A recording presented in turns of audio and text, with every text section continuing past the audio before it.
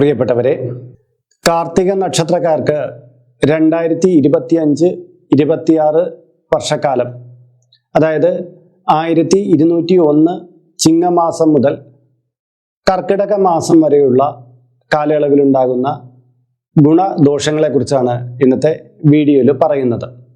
അതായത് 17/8/2025 തൊട്ട് 16/8/2026 വരെയുള്ള നക്ഷത്രഫലം. കൊല്ലവർഷം 1200, കർക്കിടക മാസം 31-ാം തീയതി രാത്രി 1:52 കാർത്തിക നക്ഷത്രം 4-ാം പാദം ഇടവക്കൂറിൽ ചിങ്ങരവി സംക്രമം നടക്കുകയാണ്. ആരോഗ്യം, കുടുംബസ്ഥിതി, തൊഴിൽ സ്ഥിതി, ധനസ്ഥിതി അതിൽ എപ്രകാരം ബാധിക്കുന്നു എന്നുള്ളതിനെക്കുറിച്ച് നമുക്ക് വ്യക്തമായിട്ട് മനസ്സിലാക്കാം. ഗുണങ്ങൾ വർദ്ധിച്ചു വരാനും ദോഷങ്ങൾക്ക് പ്രതിവിധി കണ്ടെത്താനും ഈ വീഡിയോ നിങ്ങളെ സഹായിക്കുന്നതാണ്. ജ്യോതിഷ വിശ്വാസികളായ എല്ലാ കാർത്തിക നക്ഷത്രക്കാർക്കും ഇത് വളരെ ഗുണപ്രദമായിട്ടുള്ള ഒരു വീഡിയോ ആയിരിക്കും.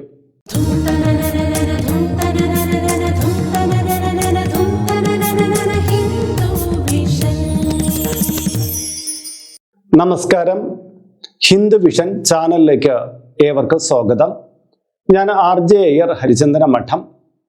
ഹൈന്ദവ ആചാര സംബന്ധമായതും മോട്ടിവേഷൻ, ജ്യോതിഷം മുതലായ മേഖലകളെ സംബന്ധിച്ചതുമായിട്ടുള്ള നൂതനമായ വിവരങ്ങൾ നിങ്ങൾക്ക് എന്നും രാവിലെ നിങ്ങളുടെ വാട്സപ്പ് വഴിക്ക് ലഭ്യമാകുവാൻ ഇതിൻ്റെ കീഴെ ഡിസ്ക്രിപ്ഷൻ ബോക്സിലും കമൻറ്റ് ബോക്സിലും കൊടുത്തിട്ടുള്ള നമ്മുടെ വാട്സപ്പ് ചാനലിൻ്റെ ലിങ്ക് വഴിക്ക് ചാനലിൽ പ്രവേശിക്കുക. തികച്ച സൗജന്യമായിട്ട് എന്നും രാവിലെ നിങ്ങൾക്ക് ഇത്തരം കാര്യങ്ങൾ നിങ്ങളുടെ മൊബൈൽ ഫോണിൽ ലഭ്യമാകുന്നതാണ്. മാത്രമല്ല, ഇപ്പോൾ ജോയിൻ ചെയ്യുന്നവർക്ക് നിങ്ങളുടെ പിറന്നാളിന്, നിങ്ങളുടെ കുടുംബാംഗങ്ങളുടെ പിറന്നാളിന് സൗജന്യമായിട്ട് പുഷ്പാഞ്ജലി അർച്ചനകൾ നടത്തി കിട്ടുന്നതുമാണ്. പിന്നെ ഈ വീഡിയോ കണ്ടുകൊണ്ടിരിക്കുന്നവർക്ക് ഇവിടെ നടക്കുന്ന പൂജാ പ്രാർത്ഥനകളിൽ നിങ്ങൾക്കും കൂടി പങ്കുകൊള്ളാൻ അവസരമുണ്ട്. നിങ്ങളുടെ പേര്, നിങ്ങളുടെ വയസ്സ്, നിങ്ങളുടെ നക്ഷത്രം ഇവ ഇതിൻ്റെ കമൻറ്റ് ബോക്സിൽ രേഖപ്പെടുത്തിയാൽ മാത്രം മതിയാകും. ഒരു മാസത്തേക്ക് ഇവിടെ നടക്കുന്ന വിശേഷ കർമ്മങ്ങളിൽ നിങ്ങളെ കൂടി ഉൾക്കൊള്ളിക്കുന്നതാണ്. കൂടുതൽ കാലം നിങ്ങൾക്ക് ഇപ്രകാരം പൂജകളിൽ പങ്കെടുക്കണമെങ്കിലും അവസരമുണ്ട്. ഇതിൽ ഇനി തൊട്ട് അപ്ലോഡ് ചെയ്യുന്ന എല്ലാ വീഡിയോകളുടെ കീഴെയും നിങ്ങളുടെ ഡീറ്റെയിൽസ് ഇപ്രകാരം കൊടുത്താൽ മാത്രം മതിയാകും. അതിനായിട്ട് ഈ ചാനൽ നിങ്ങൾ ഇതുവരെ സബ്സ്ക്രൈബ് ചെയ്തിട്ടില്ലെങ്കിൽ അത് ചെയ്യുവാനും ഈ വീഡിയോ ഒന്ന് ലൈക്ക് ചെയ്യാനും താല്പര്യപ്പെടുന്നു. എങ്കിൽ മാത്രമായിരിക്കും നിങ്ങൾക്ക് ഇതിൽ അപ്ലോഡ് ചെയ്യുന്ന വീഡിയോകളെ കുറിച്ചുള്ള അറിവുകൾ നോട്ടിഫിക്കേഷനായിട്ടോ റെക്കമെൻഡേഷനായിട്ടോ ലഭ്യമാകുക. അപ്പോൾ അതും കൂടി പരിഗണിക്കുമല്ലോ. അപ്പോൾ കാർത്തിക നക്ഷത്രക്കാർക്ക് 2025-26 വർഷം എപ്രകാരമായിരിക്കുമെന്ന് നമുക്ക് നോക്കാം. ആദ്യം തൊഴിൽ സ്ഥിതിയിലേക്ക് വരാം. തൊഴിൽ സ്ഥിതിയെ സംബന്ധിച്ചിടത്തോളം കുറച്ച് അനിശ്ചിതാവസ്ഥകൾ നീളിക്കുന്ന ഒരു കാലഘട്ടമാണ്. എടുത്തുചാട്ടം ഒരു കാരണവശാലും കാണിക്കരുത്. പ്രത്യേകിച്ചും ഒരു തൊഴിൽ ചെയ്തുകൊണ്ട് നിൽക്കുന്ന ഒരു വ്യക്തി കുറച്ചുകൂടി വലിയ ഓഫർ കണ്ടിട്ട് മുൻപിൻ നോക്കാതെ മറ്റേ ജോലി സ്വീകരിക്കാൻ വേണ്ടിയിട്ട് ഈ ജോലി ഉപേക്ഷിച്ച് അതിലേക്ക് പ്രവേശിക്കാൻ തുനിയുകയാണെങ്കിൽ അത് കുറച്ച് പ്രശ്നങ്ങൾക്ക് കാരണമാകും. 90% കാര്യങ്ങൾ ഓക്കെയാണ്, തൊഴിൽ ഉറപ്പാണ് എങ്കിൽ മാത്രം നിങ്ങൾ ഇപ്പോൾ നിലവിൽ തുടർന്നു കൊണ്ടിരിക്കുന്ന ജോലി മതിയാക്കിയിട്ട് പുതിയതിലേക്ക് പ്രവേശിക്കാം. അല്ലാതെയുള്ള മാറ്റം ചിലപ്പോൾ നിങ്ങൾക്ക് കയ്യിലുള്ളത് നഷ്ടപ്പെട്ടു പോകാനും കിട്ടാനുള്ളത് ലഭിക്കാതെ പോകാനും ഇടയാക്കിയേക്കാം. പുതിയ തൊഴിലവസരങ്ങൾക്ക് വേണ്ടി കാത്തിരിക്കുന്നവർക്ക് അതിനുള്ള അനുകൂലമായിട്ടുള്ള അവസരങ്ങൾ കിട്ടും. PSC പരീക്ഷയൊക്കെ എഴുതി കാത്തുകെട്ടി ഇരിക്കുന്നവർക്കൊക്കെ കുറച്ച് പ്രതീക്ഷയുള്ള കാലഘട്ടം തന്നെയാണ്. വിദേശത്ത് തൊഴിൽ അന്വേഷിക്കുന്നവർക്ക് കാലം അത്ര കണ്ട് ഗുണകരമല്ല. എന്നാൽ വിദേശത്ത് ഇപ്പോൾ നിലവിലുള്ളവർക്ക് ജോലിയിൽ ചില മാറ്റങ്ങൾ ഉണ്ടായി വരാൻ സാധ്യതയുണ്ട്. പുതുതായിട്ട് ബിസിനസ് ആരംഭിക്കാൻ കഴിയുന്നതാണ്. പക്ഷേ അമിതമായ ഇൻവെസ്റ്റ്മെന്റ് നടത്തിയിട്ടുള്ള ബിസിനസ്സുകൾ പരമാവധി ഒഴിവാക്കുക. കൂട്ടു ബിസിനസ്സുകളിൽ കുറച്ചുകൂടി ജാഗ്രത പുലർത്തുക. ആരോഗ്യസ്ഥിതിയിലേക്ക് വരാം. ആരോഗ്യം കുറച്ചധികം മെച്ചപ്പെടുന്ന കാലഘട്ടമായിരിക്കും ഇത്. ദീർഘകാലമായിട്ട് നമ്മളെ അലട്ടിക്കൊണ്ടിരുന്ന ചില രോഗങ്ങൾ കൃത്യമായ ചികിത്സയിലൂടെ നമുക്ക് അതിൻ്റെ ഒരു തീഷ്ണമായ ഘട്ടത്തെ അല്ലെങ്കിൽ ആ തീഷ്ണമായ സ്വഭാവത്തെ കുറച്ചു കൊണ്ടുവരാൻ സാധിക്കുന്നതാണ്.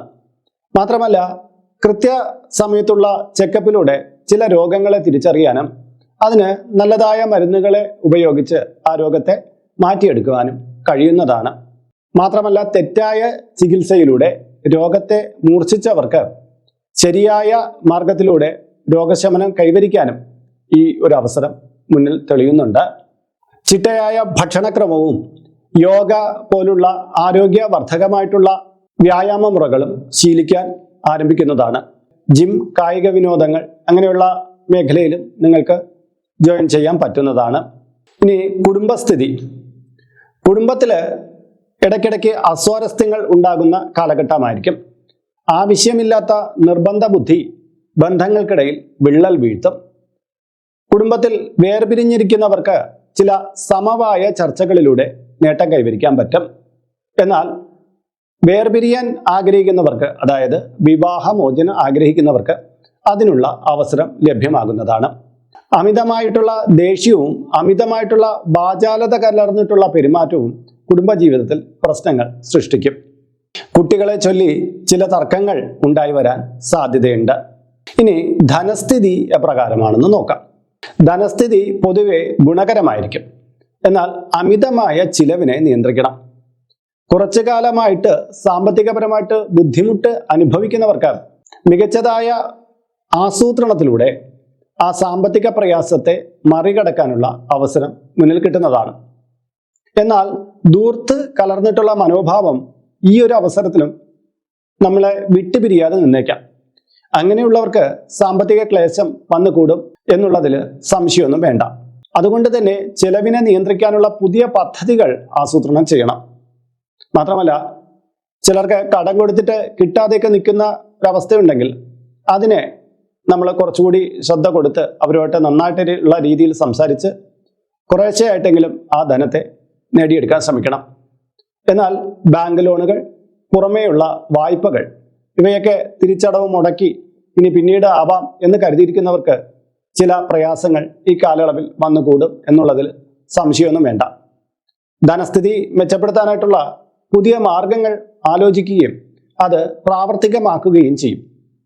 ബിസിനസ്സിലെ ഏതെങ്കിലും നിങ്ങൾ കനത്തതായ തകർച്ച നേരിട്ടുകൊണ്ടിരിക്കുകയാണെങ്കിൽ അത് പതിയെ ആ ബിസിനസ്സിൽ നിന്ന് ഒഴിവാകുന്നതായിരിക്കും ഉത്തമം.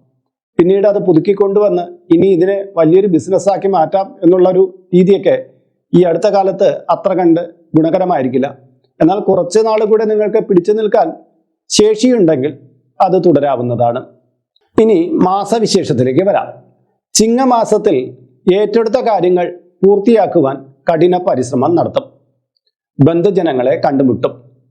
വിവാഹം നടക്കാതെ ഇങ്ങനെ മുടക്കമൊക്കെ ആയിട്ടിരിക്കുന്നവർക്ക് വിവാഹത്തിന് വേണ്ടുന്ന ചില ആലോചനകളൊക്കെ വന്നു ചേരുന്നതാണ്. ആവശ്യമില്ലാത്ത ചില ബാധ്യതകൾ ഏറ്റെടുത്ത് ശിരസിൽ വയ്ക്കാൻ സാധ്യതയുണ്ട്.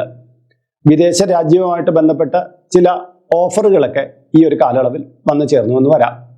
കന്നിമാസത്തിൽ ആരോഗ്യ കാര്യങ്ങളിൽ കുറച്ചുകൂടി ജാഗ്രത വേണം. ഒഴുക്ക് വെള്ളം, ഇടിമിന്നൽ ഇവയെ സൂക്ഷിക്കണം. കൂട്ടുപങ്കാളിത്തത്തോടു കൂടി ചെയ്യുന്ന ബിസിനസ്സുകളിൽ കണക്ക് കാര്യങ്ങളിൽ കുറച്ചുകൂടി ജാഗ്രത വേണം. വിദ്യാർത്ഥികൾക്ക് പഠന പുരോഗതി കാണുന്നുണ്ട്. പ്രണയ വിഷയങ്ങളിൽ കൂടുതൽ മേന്മ പുലർത്തുന്നതാണ്. ആവശ്യമില്ലാത്ത വാചക കസർത്ത് മൂലം കുടുംബജീവിതത്തിൽ അസ്വാരസ്യങ്ങൾ ഉണ്ടായി വരുന്നതാണ്. ആരോഗ്യകാര്യത്തിൽ കുറച്ചുകൂടി ശ്രദ്ധ വയ്ക്കണം.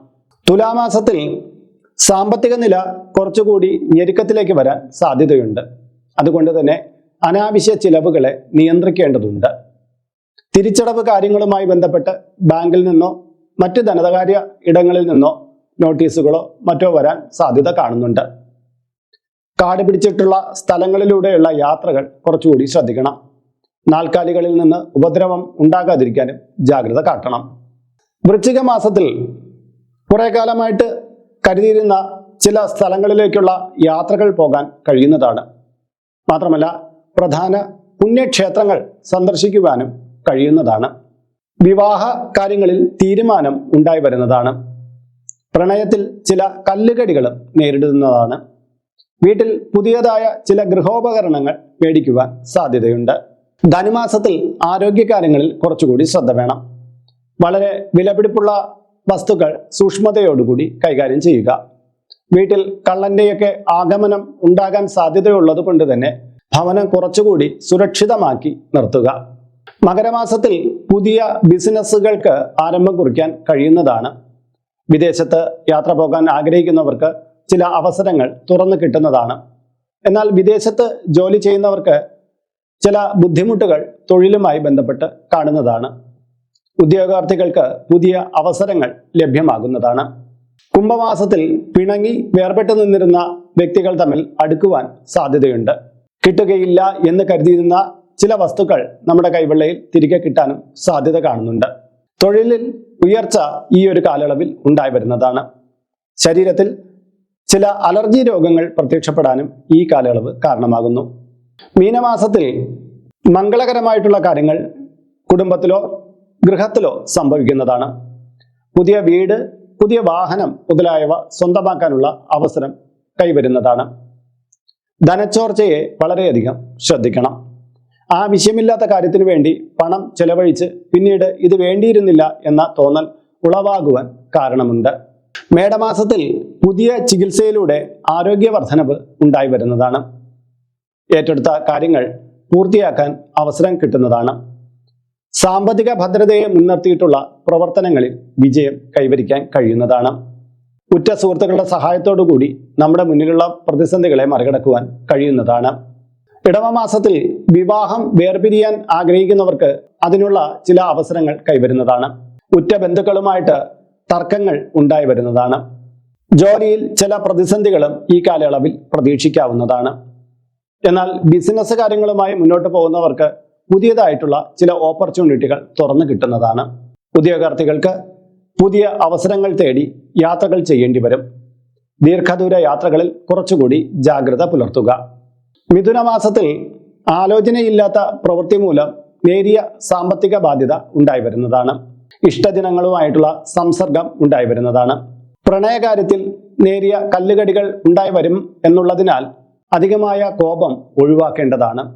വിദേശത്ത് നിന്ന് നാട്ടിലേക്ക് വരാൻ ആഗ്രഹിക്കുന്നവർക്ക് അതിനുള്ള അവസരം ലഭിക്കുന്നതാണ്.